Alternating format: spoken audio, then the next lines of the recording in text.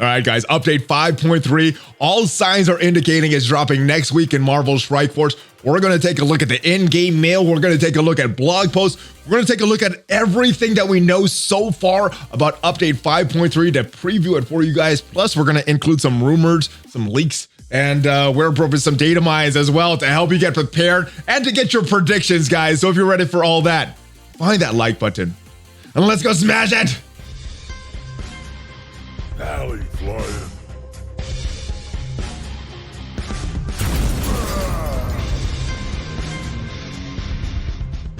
Oh, hello. What is up, Valley Maniacs?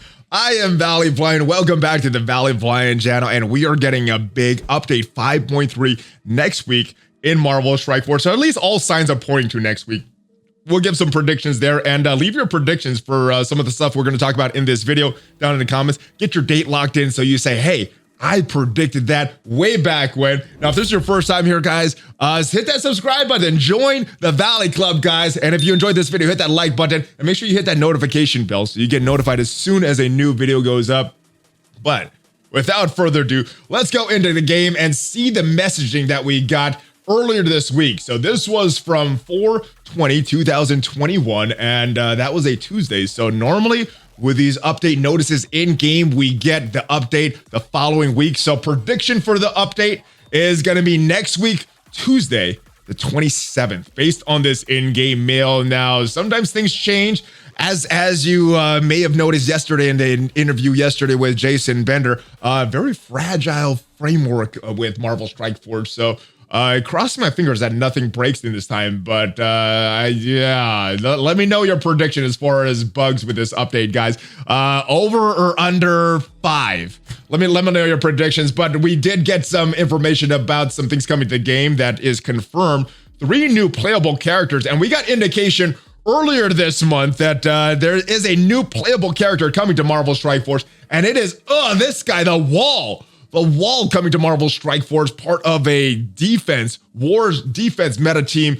And all of you Wall fans, guys, unfortunately, this was released on April 1st, so nothing solid as far as a blog post yet, but we do have a lot of rumors about the next characters, and a lot of the rumors are starting to line up, indicating that we are getting Colleen Wing and Misty Knight. So here we take a look at Misty Knight from the Defenders series on Netflix, and still not sure what is going on with this series as far as its relation to the canon of the MCU. There's some loose ties to the MCU. They mentioned some of the incidents in New York a little bit, but not sure what they're going to do with these actors and what they're going to do as they go on with the Disney Plus. And hopefully this does get renewed on Disney Plus, and we can see all of our favorite Defenders and Colleen Wing and Misty Knight and Punisher and all those characters back. But as far as her powers and what we kind of could expect, well, she has this robotic arm. She has that in the series. She also has that in the comics, and she's a very strong arm. So kind of like Bucky, but without the super soldier serum. And she's also a proficient martial artist, is what it indicates on the Wikipedia page for Misty Knight. So possibly looking like this, possibly with those powers. That's a very interesting tag, because that is a tag that was in the game, that martial arts tag, and not in the game anymore. But we did get some kind of clues last week on Twitter for that. So we'll take a look at that in just a little bit. But I do want to talk about Colleen Wing, the other member of the Daughters of Dragon faction, the detective agency in City Heroes. So these are probably going to be City Heroes. Now, what Drew was told about these characters, there's going to be 2 skill and 1 tech. Now, obviously, I think Colleen Wing is going to be a skill character, but maybe skill, maybe tech. She does have a gun, and a lot of the gun characters have skill or have that skill tag, but she also has this robotic arm, could indicate a tech character. But the next character that we're going to talk about has some pretty good can go either way, actually. But that is what these 2 characters look like from the Netflix series. This is what they look like in the comics. So I'm expecting this kind of outfits a little more in Marvel Strike Force, because a lot of times what we see is not necessarily what we see in the MCU or from the series, not necessarily what we see in the comics, but kind of a hybrid. But I think they're probably going to go closer to this source material. Obviously, we don't know anything at the time of me making the video, but a white suit for Colleen Wing with her traditional sword there. I think it's a 2,000-year-old sword or something like that. Very, very old, ancient, very important sword. And we see Misty Knight here in her red outfit with a gun and having that robotic arm. This is another shot from that same comic series. We see a little more revealing outfit for Misty Knight. Let me know what you think is going to happen as far as outfits here, but I think there's good chance we're going to have that red outfit for Misty Knight and that white outfit for Colleen Wing. Now let's talk about the last character. Actually, let's talk about the tags for this team, because Defenders got broken up earlier this year. They lost Punisher late last year. They lost their Daredevil with that Shadowland team earlier this year. So Defenders not really having a solid home, but we did get indication that there are more Defenders coming back all the way at December 8th, 2020. So if we go down and take a look at the notes for Punisher here, while Punisher has traditionally supported the Defenders team, there's a few other city heroes that can slot in as a replacement. And yes, we do have plans for additional Defenders in the future. And cue the rumor mill. And I think the rumors are pretty solid. Colleen Wing, Misty Knight. Now, in looking at their history in Wikipedia and some of their powers, both of them had that martial artist tag. And if we look at the tweet that was sent out by the official Marvel Strike Force Twitter account last week, we see this requesting hand archer screenshots. Now, yes, very, very weird that they'd be asking for this. So this could mean a potential hand rework coming in this update. But this could also mean this martial artist tag getting reintroduced to Marvel Strike Force. Now, this was a tag that was in the game previously. A lot of the hand had it. I know Iron Fist also had this, but it got removed. And yes, back in this screenshot from last week is back. So is this an indication that maybe we're getting some martial artist tags for the Daughters of Dragons? Is this an indication of a hand rework? Let me know your predictions as far as what this is. Maybe this is just a red herring to throw us off of our scents, and this means nothing. And I find it interesting. This says best in arena here. So is the hand going to be a arena team? I don't know. Let me know your thoughts on if you think that is true. But let's go to the next character, but because the in-game mail did say that we're getting 3 characters in this update. So let's take a look at this next character. Oh, here he is. Kestrel. Kestrel was the name that Drew threw out earlier. Now, Kestrel that he was referring to was John Wraith, but it may not be John Wraith. It may be a totally different Kestrel. Now, some of you may remember this character from the Wolverine Origins movie. He was a mutant. He had teleportation powers. And when I heard this rumor, I saw this character, I was like, why a teleporting mutant when we don't have Nightcrawler in the game? So I was a little disappointed, but let me wondering, what are they going to do with these characters? This character was a member of the Weapon X program. Wolverine was a member. He doesn't really have a home. Sabretooth was a member. He's kind of losing his home on the Marauders. So are we building up another team? I know we got Deadpool in their X-23, possibly some other characters, but yeah, was that? No. It is. It looks like Kestrel is not this character. It is this character. Now, this was revealed. This leak was revealed on the Tana channel earlier this week. And when I talked to Jason Bender yesterday, the interview was originally supposed to be about this new original Marvel Strike Force characters. We're going to talk about that, some of the inception, some of the things that went into designing that character, but that got pushed back. So maybe we'll be interviewing another dev before the update drops and having more information about Kestrel. Still seeing if we could do that. But when I asked if this leak was true, I got a very suspicious, with a smile, no comment from Jason Bender, which indicated that this is true. Now, if this is true, we look at this. Sybil Tan has kind of that Asian flair. We also have Colleen Wing. We also had Jubilee introduced earlier this year. And one thing that the devs were talking about, really trying to push hard to going into the Asian market. So yeah, this could be why we're getting a lot of these characters now. Maybe they're just wanting martial arts, but not sure what team this is going to be. I know a lot of people were speculating possibly a S.H.I.E.L.D. character. This is a very interesting character, and I know the devs are very excited about this because this is a character that they were introducing, they were building up, they were creating a story for, and is going to be introduced to the canon of Marvel. Now, probably that means in the comics, but I guess if there's enough popularity, this could be a character that ends up in the MCU, which would be very, very cool. But S.H.I.E.L.D. seems to be the prevailing theory. Could be something else. Could be something related to the Daughters of Dragon. Could be something related to City. Not sure exactly, but yes, if you look at the kit here, could very well fit with that skill tech if it is a shield character. We do need more skill characters because skill is very painful laying into dooms if you guys are in there. And if you're not, well, you're going to need more skill characters because it is a very painful node, but also could be a tech character as well because of all this tech gear. So let me know your thoughts on this character. Does this excite you? I do want to get more information about the inception of this character. So hopefully we'll have that for you on this channel. So, but let's move on. Let's move back to what we saw in game, and we are talking about costumes. Now, the first time we saw costumes was in this blog post here for the for what was this? The first half preview. This was February 26th, 2021, and we saw some costumes here for Daredevil. We saw the black costume. We saw the black costume version of Cyclops, and we saw the Kree costume version of Captain Marvel. So those are the first ones that we saw. Now we did get notice that these costumes, they're not going to have any type of kit changes, any class changes. At least that's not the intention right now. So I think in this first iteration, coming in 5.3, just going to be cosmetic. Hopefully down the road they keep with that trend. But we also got another costume that was kind of revealed when we got these 3rd anniversary gifts.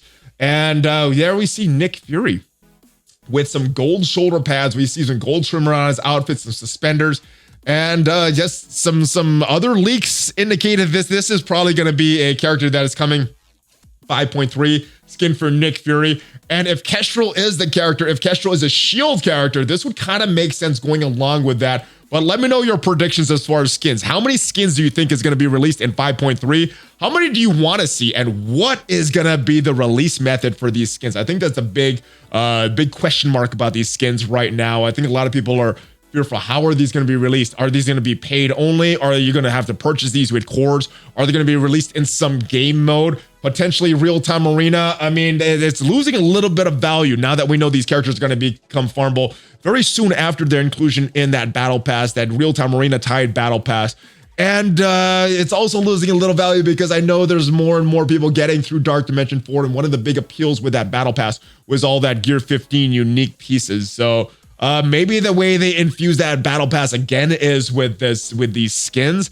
Other thing that popped in my head is maybe Blitz. We see that kind of getting devalued as well. When Blitz Sim came out, we had a lot of character releases through Blitz Sim, a bunch in a row, which never feels good when you have to just grind for new characters. And I guess the devs heard that. They stopped releasing characters through Blitz. Unfortunately, we got something worse than Blitz in that Strike Pass release for Polaris, which should be coming in 5.3 as well. But yes, Blitz seems to get less and less important as new characters are not being released in Blitz, or at least nothing in 5.2 was released in Blitz. So maybe they bring Blitz, the value of blitzing, back with these skins.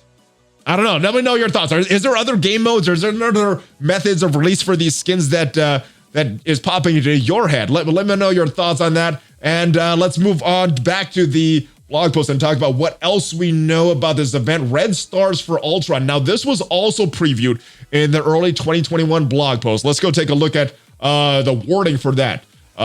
Red Stars for Ultron. The team wants to give additional value to opening basic Red Star orbs, and we're doing this by introducing a new currency that would be part of the orb drops. I hope they don't remove anything that's currently in there.